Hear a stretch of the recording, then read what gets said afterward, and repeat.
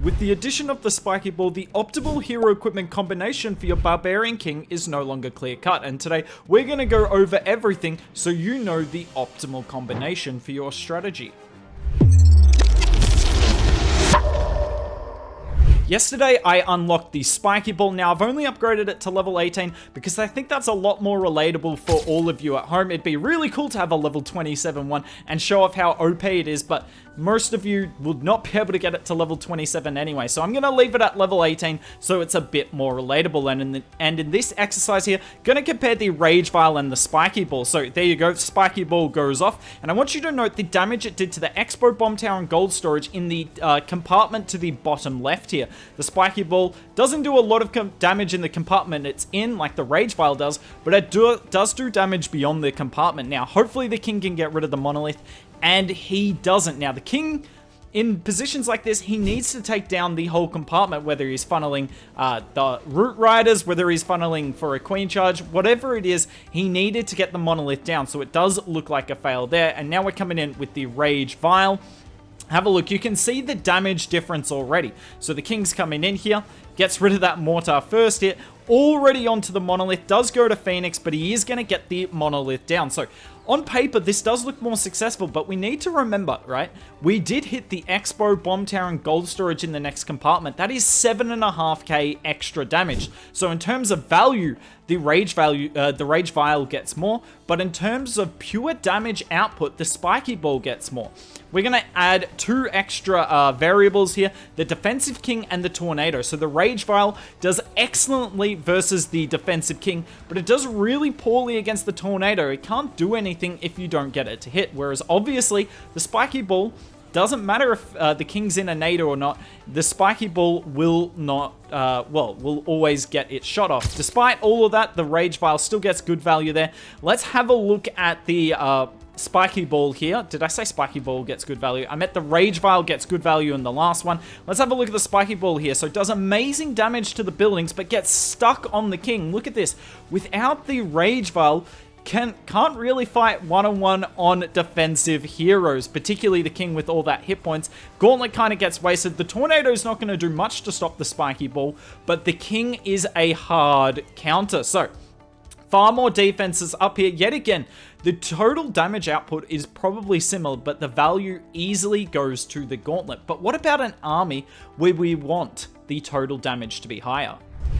Root Rider spam attacks will be better with the Spiky Ball. I'm extremely confident of that for a few reasons. One, you've got rage spells with this army anyway, and keep in mind the Rage Vial and a rage spell don't stack. So when you pop your King ability like I did here, just use a rage spell with him anyway, so you get the benefit of the rage spell, but also the Spiky Ball does all that damage to the buildings in the area, making them weak, so it's really easy for your Royal Champion and other troops to finish off. Another thing to take into account is the longer your King lives, the more valuable that the Spiky Ball is, because it does extra DPS than the Rage Vial. Every second, it's an extra 43 DPS that the Spiky Ball adds. So over the course of the battle, that is a lot. Now, in this attack here, so I am bringing the Rage Vial, you can definitely see the value of the Rage Vial. It is so good. But I have a Rage spell in my army here that I could have used, and it would have got similar value. Now, the Rage Vial does do a little bit more than a Rage spell, so keep that in mind. But yeah,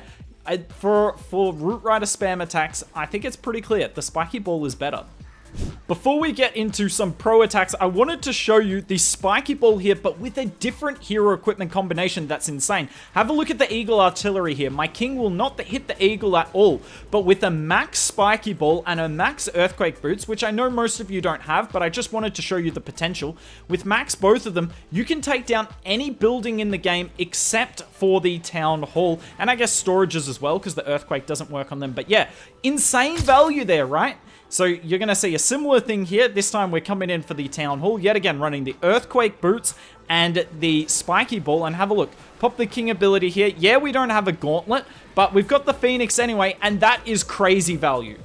Tell me there's not a use case for that. And that's why I love the Spiky Ball. It's opening up new strategies.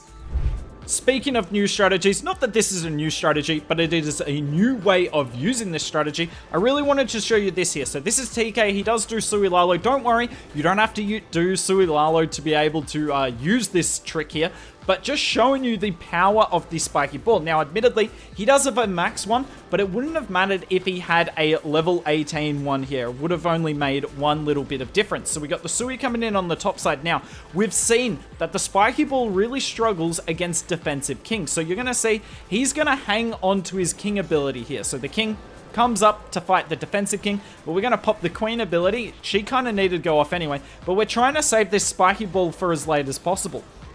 King's in the very core of the base, and watch this. Now, if you have a level 18 one, you wouldn't get the 9th strike there, so this air defense wouldn't have gone down. But we got rid of both sweepers and a whole bunch of other defenses in the core, and we're still able to get the town hall down. So the Rage Vial would have been better to get the town hall down here, but the Spiky Ball allowed us to get rid of all the sweepers on the base, and now the Lalo coming in from the right-hand side is going to have a really easy time of it. The last attack strategy, I don't think it would have mattered if you had a level 18 versus level 27 Spiky Ball. This attack, it definitely does matter, and thankfully, TK is such a dirty little gemmer that he's going to reap the benefits of it here. So Queen coming in on the bottom, but let's focus on the King here, and something we haven't touched on, which is a huge benefit of the Spiky Ball, is the ability to hit buildings that the King could not normally hit because it's behind a wall. Watch this Spiky Ball ability here. We get rid of a sweeper, we get rid of a poison tower and the Grand Warden, and then we weaken the town hall. Because have a look at this, right? If we hit the Rage Vial, what's the Rage Vial going to do if the King's hitting a wall? Yes, obviously we can do damage through the wall, and that's definitely OP, but it's not going to take down a poison tower like that, is it? So the Queen is going to get the town hall down, and that is borderline ridiculous value. Now, we are going to watch the Lalo this time, because whilst this Lalo is coming in, I'm going to talk to you about essentially all of the use cases here and try and sum it up as best I can. If you've got any questions, just ask them down below. If you are sending your king straight into the defensive king and that king and your king's by himself, do not use the Spiky Ball. If you're sending your king by himself in a compartment and you need him to clear out just that compartment, do not use the Spiky Ball. If the base is ridiculously compact and it's not enclosed in walls, and the Rage Vial is going to get insane value with the Gauntlet, do not use the Spiky Ball. But I think in every other use case, the Spiky Ball is kind of better. The Spiky Ball is kind of better. The extra DPS, the ability, it is a bit random at times, but the ability to take down buildings beyond the wall, whether it's level 18 or level 27, is ridiculous. It can do up to, well, at max it does 30k damage essentially with its 9 bounces. At level 18 it does 20k on the dot. That is ridiculous. So much value, and yeah, this base got completely and utterly wrecked. And if you want to be a really cool kid, then you do what I did and you bring the Earthquake boots with the Spiky Ball instead, but that is in very specific case scenarios. There is no doubt that the Spiky Ball is a little bit random, but when it can do things like this, have a look at that. Haven't even talked about the potential for it to activate Invis Towers yet, but when it can do things like that, it is a must bring and will definitely be part of the meta, particularly to you all doing the Root Rider spam attacks. Cannot recommend it enough. It makes a lot of sense for me. If you've got any more questions, put them down in the comments below, but that's my take on the new equipment.